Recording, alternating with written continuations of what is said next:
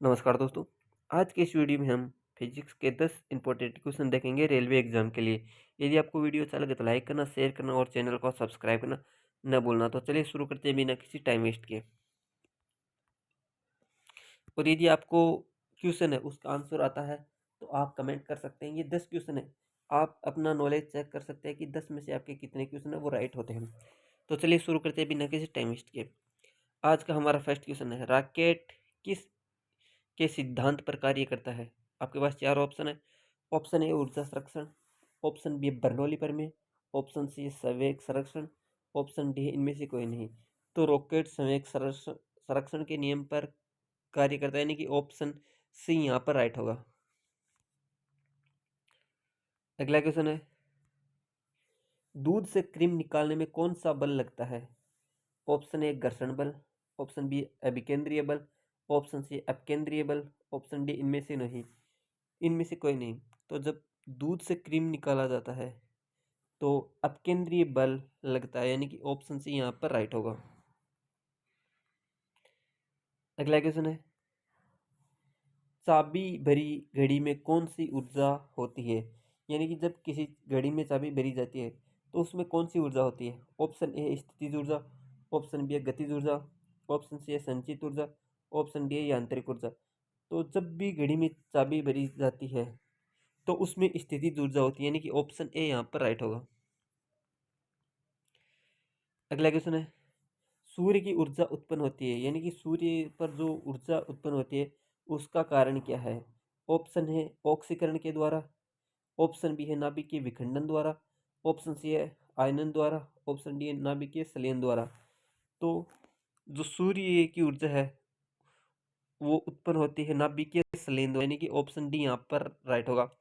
और जो नाभिकीय विखंडन है उसके द्वारा जो न्यूक्लियर भट्टी है वो बनाई जाती है, यानी कि वहाँ पर जो नाभिकीय विखंडन द्वारा ऊर्जा उत्पन्न की जाती है। लेकिन जो सूर्य है वहाँ पर ऊर्जा जो उत्पन्न होने का कारण है वो है नाभिकीय संलयन। अगला क्वेश्चन है, वायुमंडल में बादलों के तैरने का कारण है, यानी कि वायुमंडल में बादल किस कारण से तैरते हैं। ऑप्शन ए है दाब के कारण, ऑप्शन बी है घनत्व के कारण, ऑप्शन सी है ताप के कारण, ऑप्शन डी है वेग के कारण।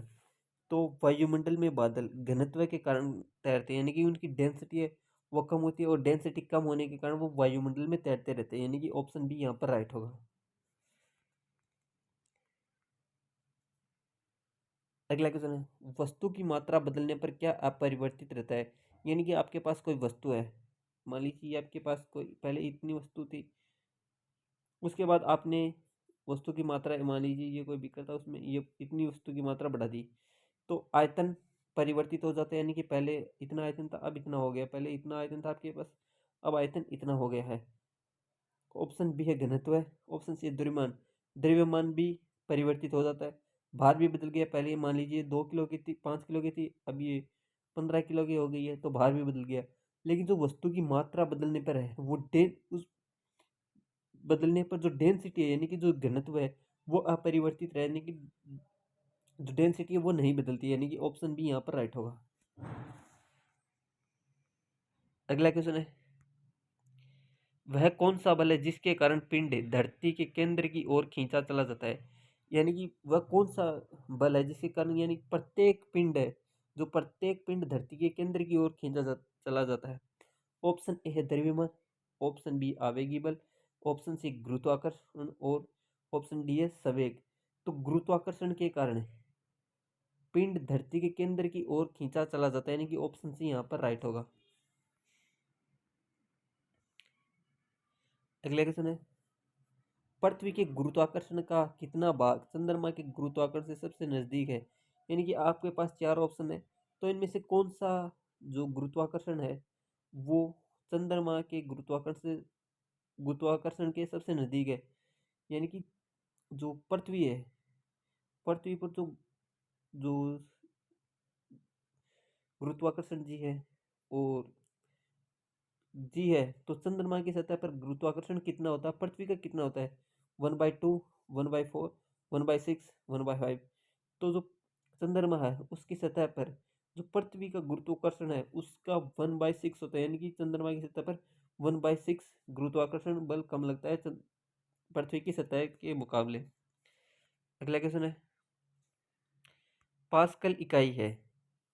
ऑप्शन है दाब की, ऑप्शन बी है वर्षा की, ऑप्शन सी आर्द्रता की, ऑप्शन डी है तापमान की। तो पास्कल एक दाब की इकाई है, यानी कि ऑप्शन ए यहाँ पर राइट होगा। आज का लास्ट क्वेश्चन है, गुरुत्वाकर्षण के सार्वभौमिक नियम का प्रतिपादन किसने दिया था? ऑप्शन ए गैलीलियो ने, ऑप्शन बी न्यूटन ने, option C Copernicus, option D इनमें से कोई नहीं। तो जो गुरुत्वाकर्षण का नियम है वो न्यूटन ने दिया था, यानी कि ऑप्शन बी यहाँ पर राइट होगा। तो ये थे हमारे पास फिजिक्स के 10 इंपॉर्टेंट क्वेश्चन। यदि आपको वीडियो अच्छा लगे तो लाइक करना, शेयर करना और चैनल को सब्सक्राइब करना न भूलना। तो चलिए यहाँ पर इस वीडियो को एंड करते हैं। So thank you for watching this video.